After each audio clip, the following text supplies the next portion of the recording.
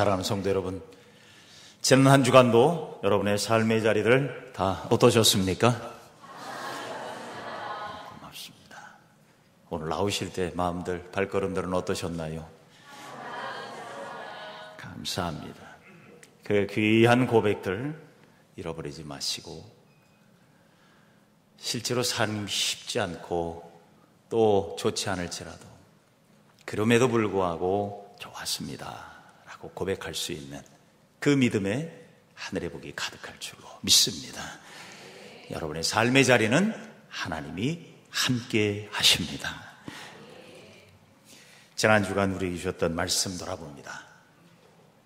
신명기 8장 11절, 우리 망각의 늪에 빠지지 않도록 여호와를 잘 기억하며 사십시다. 시작. 내가 오늘 내게 명하는 여호와의 명령과 법도와 규례를 지키지 아니하고 내 하나님 여호와를 잊어버리지 않도록 삼갈지어다. 신명기 8장 11절 말씀. 아멘. 이 귀한 말씀으로 삶의 자리가 능력으로 임하기를 원합니다. 오늘 주신 말씀 출애굽기 2장 10절 다 함께 합니다. 시작.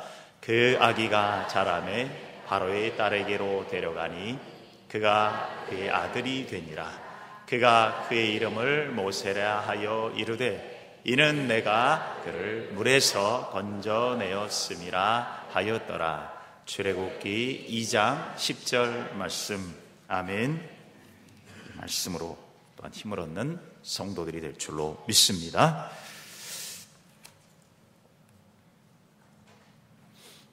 우리말 속담 가운데 이런 말이 있습니다. 속이 빈 자루는 곧게 설 수 없다. 혹시 들어보신 적이 있는지 모릅니다. 여러분, 빈 자루는 어쨌든 스스로 설 수가 없습니다. 여러분, 빈 자루는요, 세워놓지 않고 눕혀놓습니다. 결국 속이 빈 자루는 잠깐 쓰는 듯 하지만 바람 불면 넘어가고 스스로 설 수가 없습니다. 저는 이 말을 들으면서 그런 생각을 했어요. 우리가 이런 속 빈 자루와 별반 다르지 않겠다 하는 생각을 해봅니다. 우리는 다 그렇게 속이 빈 연약한 자들입니다. 그런데 더 놀라운 건 뭔지 아십니까? 우리가 그런 사실을 잘 모르고 산다는 것입니다. 탈무드에 보면 이런 이야기가 있습니다. 사람의 눈동자는 흰 자와 검은 자가 있습니다. 그런데 하나님은 왜 눈동자 가운데 검은 자를 통해서 세상을 바라보게 만들었을까? 이 질문의 답은 이렇습니다. 인생은 어두운 곳을 통해서 밝은 곳을 바라보기 때문이다라는 것입니다. 인생의 편안한 소파에 누워서는요, 자기 자신이 속빈 자루와 같다는 사실을 잘 깨닫지 못합니다. 그러나 인생의 벼랑 끝, 캄캄한 어둠, 고난의 광야 한가운데 있을 때에 우리는 자신을 돌아보게 됩니다. 그때 우리 자신은 스스로 느끼지요. 나는 보잘것없는 속빈 자루와 별반 다름이 없겠구나. 예수님을 그렇게 미워하고 그렇게 핍박했던 사도 바울이 다메섹 도상을 지나다가 예수님을 만나는 그 순간 그의 눈이 어두워집니다. 그의 눈이 어두워졌을 때 그는 제대로 자신을 돌아보게 됩니다. 그가 했던 고백은 로마서 7장 24절에 이렇게 말합니다. 세번역으로 보면 나는 비참한 사람입니다. 여러분 잘 아는 개역개정 번역본에 보면 오호라, 나는 곤고한 사람이다. 이게 무슨 말이에요? 나는 속빈 껍데기 자루와 같은 존재였구나. 나는 보잘것없는 인생이구나. 그는 주님 앞에 엎드려졌고 자신을 내려놓기 시작합니다. 그리고 우리 주 예수 그리스도를 통하여 나를 건져주신 하나님께 감사하는 자가 됐습니다. 그래서 사도 바울은 그의 인생관이 바뀝니다. 나는 이제 내 능력이 아니요 내 힘이 아니요 내 지식이 아니요 내가 가진 것이 아니라 은혜로 삽니다. 그래서 그는 모든 것에 하나님의 은혜로 서는 자가 되었습니다. 사랑하는 성도 여러분, 그리스도인이 되었다는 것은 이와 같습니다. 그리스도인이 되었다는 것은 이제 내게 절대로 필요한 것은 하나님의 은혜입니다. 은혜가 절대로 필요한 사람, 그가 바로 그리스도인이라는 말이에요. 우리가 처음 예수를 믿고 주님 따라갈 때는요, 다들 은혜가 충만합니다. 나름대로 은혜로 산다고 고백하며 삽니다. 그런데 시간이 지나면 지날수록 그 은혜가 점점 시들어지기 시작합니다. 은혜의 간격이 약해지기 시작합니다. 하나님과 멀어지기 시작합니다. 새벽같이 나왔던 신앙의 삶이 오전에 나오다가 오후에 나오다가 일주일에 한 번 나오다가 한 달에 한 번 나오다가 슬슬 멀어지기 시작합니다. 기억하세요. 은혜가 말라가고 있다는 증거입니다. 은혜가 말라가면 어떡합니까? 채우셔야지요. 간단한 거예요. 물을 마시고 싶으면 물가로 가셔야지요. 목말라 죽겠다고 아우성만 친다고 여러분 물이 들어오지 않습니다. 우리는 날마다 은혜를 채우며 살아야 될 속빈 자루와 같은 존재임을 잊지 마시기를 바랍니다. 여러분, 자동차에 기름을 충만하게 넣으면 마음이 뿌듯합니다. 여러분 가진 스마트폰의 배터리가 충만하면 여유롭습니다. 어르신들이 그러지요. 주머니에 용돈이 푸짐하면 어깨에 힘이 들어가고 마음이 넓어진다. 속빈자루와 같은 우리 인생에 주님의 은혜가 충만하면 우리의 영혼이 자유롭고 우리의 영혼이 기쁘고 삶이 회복되고 은혜가 넘치게 될 줄로 믿습니다. 이게 신앙이고 그리스도인의 모습입니다. 오늘 본문에서 하나님은 우리에게 우리의 속빈자루와 같은 인생에 다시 한번 하나님의 은혜를 채우라고 말씀하시는데, 오늘 본문에 우리가 꼭 채워야 될 세 가지의 은혜가 있습니다. 첫째, 건지신 은혜라는 말입니다. 건지신 은혜. 이걸 다른 말로 말하면 구원의 은혜입니다. 이집트 왕이요, 이스라엘 백성들이 막 생육하고 번성을 해요. 이스라엘 백성들이요, 노예로 사는데도 불구하고 인구가 겁나게 늘어나는 겁니다. 그러다 보니까 이집트 왕이요, 두려움에 사로잡힙니다. 이들이 점점 많아지고 우리보다 지금 많아졌는데 까딱 잘못하다가는 우리가 거꾸로 당하겠다 싶으니까 이집트 왕이 작전을 세웁니다. 정책을 펴는데 아들을 낳으면 죽이고 딸을 낳으면 살려두라는 거예요. 본문 출애굽기 1장 22절에 갓 태어난 히브리 남자아이는 모두 강물에 던지고 여자아이들만 살려두어라.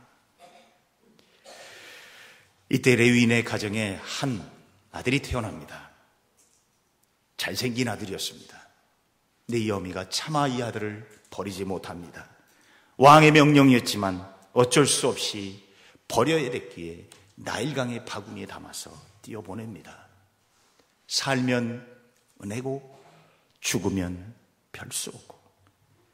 그런데 이 아이를 바로의 딸이, 이집트 왕의 딸이 발견을 하게 됩니다. 본문 5절의 말씀을 봅니다. 바로의 딸이 목욕하러 나일강으로 내려오사 시녀든 나일강가를 거닐 때 그가 갈대 사이의 상자를 보고 시녀를 보내어 가져다가 라고 되어 있습니다. 공주는 그 아이가 히브리의 아들인 줄 알았습니다. 그런데 그럼에도 불구하고 이 아이를 건져냅니다. 이것이 바로 모세의 출생의 시작입니다.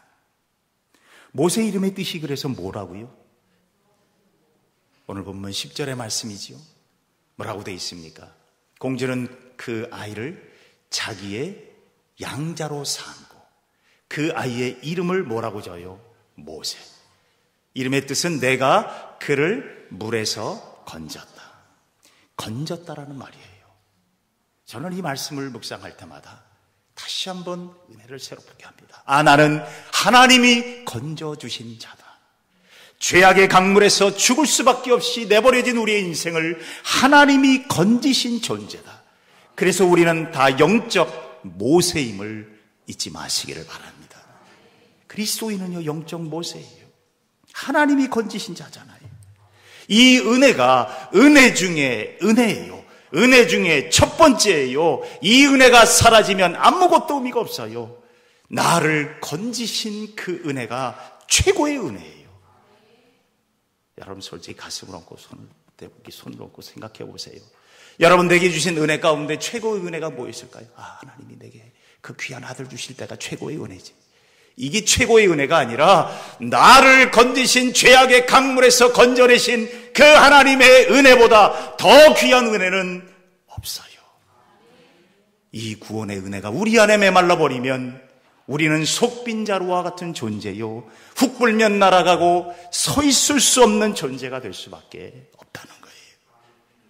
나를 건지신 은혜, 이 은혜를 잊지 마십시다. 예수님을 미워했던 그 사도 바울이요, 예수를 만난 뒤에 고린도전서 15장 10절에 이런 고백을 합니다. 내가 나 된 것은 하나님의 은혜다. 여기 앞에 내라는 말과 뒤에 있는 나는 다른 거예요. 내가 나 된 것, 악하고 무지했고 교만했고 잘났던 내가 지금 하나님의 은혜의 백성이 된 것은 누구 때문이다? 하나님의 은혜라는 거예요. 나를 건져주신 이 은혜. 우리는 스스로 우리의 능력으로 건짐을 받을 수가 없습니다.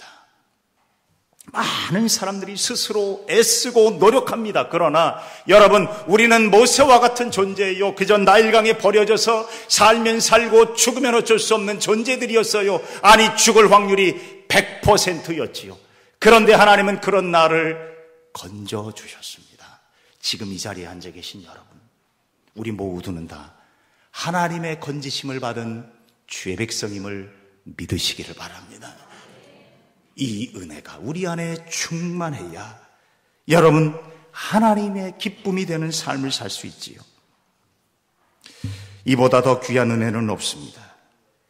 나아가 건지셔서 만왕의 왕이신 하나님의 자녀 삼아주신 이 은혜를 잊지 마십시오. 바로의 공주가요, 이 아이를 건지고 나서 자기의 양자로 삼았다 그랬어요. 여러분, 아무 보잘것없는 그저 그 아이예요. 그런데 그 아이를 자기의 자녀 삼아주시고, 오늘 우리도 하나님의 자녀가 된 것을 여러분 은혜로 감격하며 사시기를 바랍니다. 우리는 항상 영적인 모세라는 것을 기억하며 시작할 때만 은혜가 필요한 것이 아니라 우리의 일생토록 우리가 살아가는 동안 여러분 이 구원의 은혜 앞에 여러분 감사하며 감격하며 살아가는 주의 백성들이 되시기를 바랍니다. 두 번째로 우리에게 필요한 은혜가 있습니다. 긍휼의 은혜. 긍휼의 은혜. 여러분, 이집트 왕 바로의 이 공주가 여러분 모세를 택한 이유가 뭘까요? 왜 모세를 택하셨을까요? 제가 성경을 자세히 묵상하면서 도대체 바로는 이 아이를 왜 택했을까? 분명히 거기에는 모세가 잘생겨서, 그의 어미가 도저히 잘생겨서 버리지 못해서 잘생겨서 이 아이 키워서 장동건이 만들어야 되겠다, 천만의 말씀이 딱 하나였어요. 바로의 공주가 모세를 건진 것은 그를 불쌍히 여겼기 때문이에요. 불쌍히 여긴 것밖에 없어요. 오늘 본문 6절에 그 바구니를 열고 그 아기를 보니 아기가 우는지라 그가 그를 어떻게 여겨요? 불쌍히 여겼어요. 왜? 그는 히브리 사람의 아기인 걸 알았어요. 지금 이 바로의 공주도 이 히브리 아기는 죽어야 될 아기예요. 그런데 이 아기를 보는 순간 불쌍히 여겼어요. 죽음의 강으로 흘러가고 있는 그 아기를 보니 불쌍했어요. 이것이 모세를 택한 유일한 이유였습니다. 하나님이 우리를 보시고 똑같은 마음이 아니었을까요? 그저 죽음의 강가로 흘러가고 있는 한 생명 한 생명을 하나님이 불쌍히 여기셔서 여러분 우리를 지금 이 자리에 앉혀주시고 하나님의 자녀로 하나님의 은혜 속에 살게 하신 줄로 믿습니다. 우리를 건지신 이유는요 딱 하나예요. 긍휼입니다. 우리를 불쌍히 여긴 것밖에 없어요.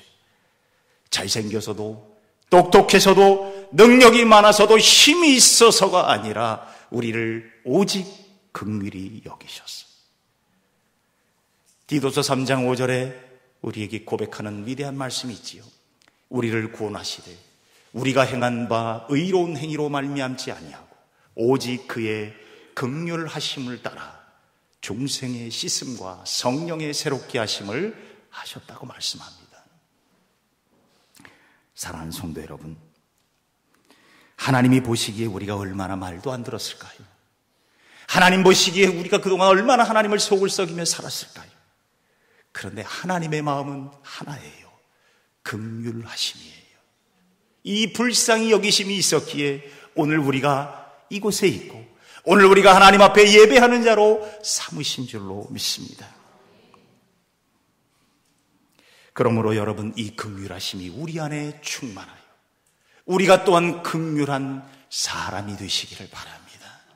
긍휼은요 흐르고 또 흘러가야 되는 것, 우리 안에 긍휼하심이 충만한 사람이 되는 것, 그것이 바로 하나님이 기뻐하시는 하나님의 사람, 속빈자루와 같은 인생이지만 하나님의 은혜로 사는 축복의 성도가 될 줄로 믿습니다. 동물의 왕국이라는 프로그램을 가끔 보면 재밌습니다. 그 동물의 세계를 보면 꼭 우리의 세계를 보는 것 같지 않습니까? 아프리카에 가면 그 많은 동물들이 사는 초원이 있잖아요. 그 초원의 이야기들이 동물의 왕국에 많이 나오는데 그때 가만히 보면요 그 초원에는요 두 계절이 있습니다. 우기와 건기가 있습니다. 모든 동물들이요 살아가는데 반드시 먹어야 될 게 있어요. 꼭 필요한 게 있어요. 뭐겠습니까? 물이죠. 그래. 우리도 물 먹고 살아야 돼. 물이 없으면 다 죽습니다. 이 동물의 세계인 물. 그래서 동물들은요 주로 뭐 쫓아다니냐면 물 따라갑니다. 근데 이 아프리카 유명한 그 초원 있잖아요. 세렝게티라는 이런 초원에 보면 동물들이 몰려 사는데 맹수도 살고 연약한 동물도 살고 큰 동물도 삽니다. 그런데 우기 때는요 물웅덩이가 호수같이 커져요. 그럴 때는요 초원이 편안합니다. 별로 싸우지도 않아요. 맹수도 와서 먹고 약한 동물도 먹어도 걱정 없어요. 여유롭습니다. 그런데 건기가 되면 그 호수가 떴던 물은 뭐가 돼요? 조그만 개울이 됩니다. 웅덩이가 돼요. 이 웅덩이가 되기 시작하면요 날카로워집니다. 예민해집니다. 연약한 동물들은요 차마 그 물웅덩이에 와서 물도 한 방울 먹지 못해요. 왜? 자기들도 먹기 힘드니까. 결국 그들은 물을 따라 흩어져 갑니다. 저는 그걸 보면서요 그런 생각이 들었어요. 우리에게도 이 긍휼의 은혜가 메말라 가기 시작하면 우리도 예민해집니다. 긍휼의 은혜가 말라버리면 관계가 각박해집니다. 사랑하는 성도 여러분, 여러분의 삶의 자리에 오늘도 긍휼하심이 그 은혜가 우리 안에 충만하기를 소망합니다.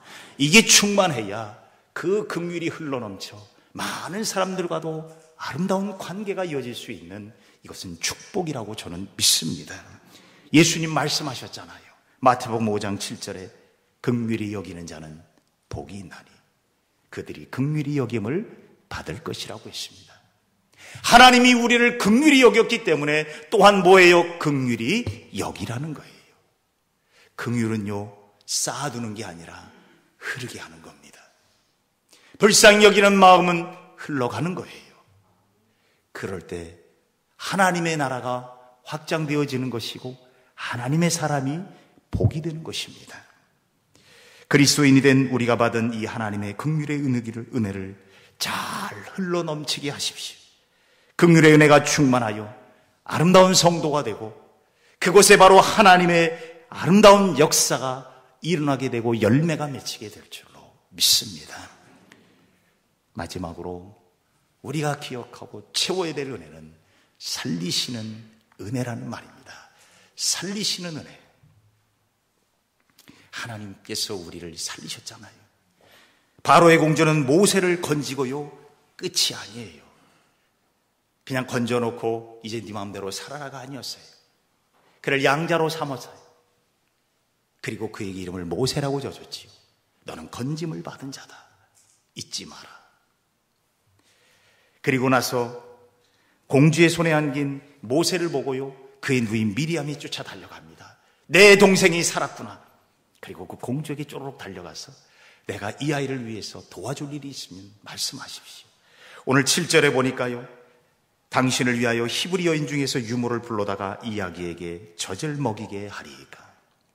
그러자 이 공주가 뭐라고 말합니까? 9절에 바로의 딸이 그에게 이르되 이야기를 데려다가 나를 위하여 젖을 먹이라. 내가 그 삭슬을 주리라. 여인이 이야기를 데려다가 젖을 먹였다고 있습니다. 바로의 공주는 모세를 건지고 끝이 아니라 그를 살게 했습니다. 놀랍게도 그 어미의 젖을 먹게 했지요. 하나님은 단순히 우리를 건지신 것으로 끝이 아닙니다. 하나님은 단지 우리를 불쌍히 여겨서 건져놓고 이제 됐다가 아니라 우리를 살려내시고 살리고 계시는 은혜가 있음을 잊지 마시기를 바랍니다. 지금도 우리는 은혜로 살고 있는 거예요. 어제도 은혜로 살았고 오늘도 그 은혜로 살고 있고 내일도 주님이 우리를 은혜로 살리게 하실 줄로 믿습니다. 여러분, 이 살리시는 은혜, 하나님은 살리시는 은혜만 있는 게 아니라 살리시는 은혜가 있어요. 지금도 살리고 계시잖아요. 6.25 전쟁 중에 한 미국인 군목이 목사님이지요. 전선을 방문을 합니다. 적과 싸움을 하고 있는 그 전장에서 고생하는 미군 병사들을 위로하며 이야기를 나누던 중에 한 전쟁 그 터에서 고생하는 미군 병사에게 이렇게 물었답니다. 지금 당신에게 한 가지 요구하고 싶다면, 당신이 한 가지 요구하고 싶은 게 있다면 그게 뭡니까? 내게 요구하고 싶은 게 있으면 한번 말해 보십시오. 이 목사님은 아마도 고향에 있는 소식을 전해달라 그랬을까, 아니면 가족 이야기를 할 줄 알았는데 이 미군 병사가 했던 말은 아주 간단합니다. 목사님, 나에게 내일을 주세요. 목사님, 나에게 내일을 주세요. 나는 오늘로도 죽을 수도 있습니다. 얼마나 두려웠어요. 목사님에게 뭐라 그랬나? 목사님, 나에게 내일을 좀 주세요. 이건 무슨 말이에요? 살려달라는 이야기예요. 살고 싶다는 이야기예요. 맞는 말입니다. 우리 모두는 살고 싶은 존재들입니다. 우리는 주님이 건지시고 또한 살리고 계시는 하나님의 은혜 속에 살고 있음을 잊지 마시길 바랍니다. 내일은요, 이 투모로우는 전쟁터에서만 필요한 게 아니에요. 오늘 우리도 똑같습니다. 우리도 내일을 살고 싶어요. 내일 죽고 싶은 분 계세요? 오늘로 끝나고 싶은 분 계세요? 우리 모두는 하나님의 은혜로 지금도 살고 계십니다. 얼마나 감격스러운 일이고 얼마나 큰 은혜인 줄 모릅니다.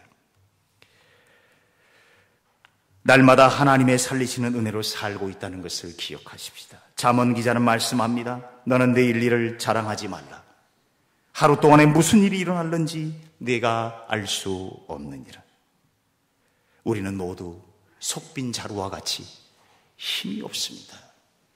우리는 모두 속빈 자루와 같이 능력이 없습니다. 우리 스스로 설 수도 없고 힘을 쓸 수도 없습니다.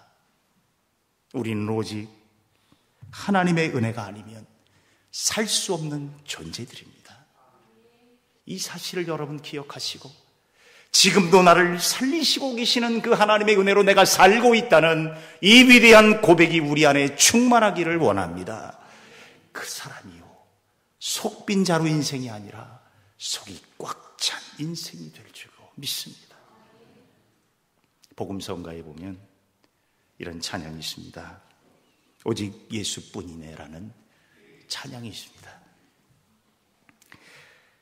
여러분, 이 찬양 아시는 분도 계시겠지만 한번 불러보고 싶어서 이 찬양을 불렀습니다.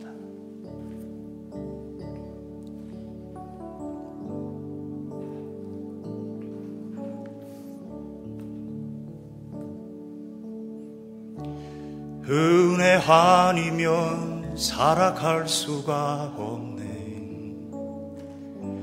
호흡마저도 다 주의 것이니 세상 평안과 위로 내게 없어도 예수, 오직 예수뿐이네. 은혜 아니면 살아갈 수가 없네. 호흡마저도 다 주의 것이니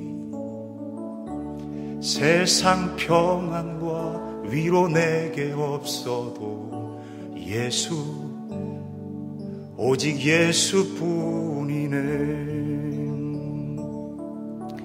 그 신계획 다 볼 수도 없고 작은 고난에 지쳐도 주께 묻기 나의 모든 삶 버티고 견디게 하시네. 은혜 아니면 날아갈 수가 없네. 와는 마음 것 다 주께 하시니 은혜 아니면 살아갈 수가 없네. 예수, 오직 예수뿐이네. 그래요, 우리는 오직 예수밖에 없습니다. 은혜 아니면 우리는 살 수 없습니다. 여러분, 우리의 호흡마저도 주님의 것입니다. 오늘도 살아가게 하시는, 살리시는 은혜가 오늘 우리 안에 충만하기를 원합니다. 오늘의 삶이 혹시 각박하고 지치셨습니까? 무력하고 감격이 희미해지셨습니까? 은혜 아니면 우리는 살 수 없는 속빈자루와 같은 인생입니다. 나를 건지신 그 구원의 은혜, 보잘것없는 나를 향한 그 긍휼의 은혜, 그리고 오늘도 내일도 영원히 살리시는 그 은혜를 내 안에 충만하게 채우시기를 바랍니다. 그래서 속빈자루의 인생으로 허무하게 끝나지 마시고 주님의 은혜가 충만하여 속이 꽉 찬 알찬 그리스도인들이 되시기를 바랍니다. 기도하십시다. 사랑이 많으신 주님, 감사합니다. 우리는 은혜 아니면 살 수 없는 존재들입니다. 속빈자루와 같이 그저 쓰러지고 무너질 수밖에 없는 존재들입니다. 그러나 주님은 우리를 아버지 하나님 그 죽음의 강가에서 건져주시고 또한 하나님의 귀한 은혜로 불쌍히 여기시고 자녀 삼아주시고 또한 우리를 오늘도 내일도 영원히 살게 하시는 은혜로 채우셨습니다. 이 은혜를 날마다 충만하게 채우며 살아가는 속이 꽉 찬 그리스도인들이 되게 하여 주옵소서. 예수님의 이름으로 기도하옵나이다. 아멘.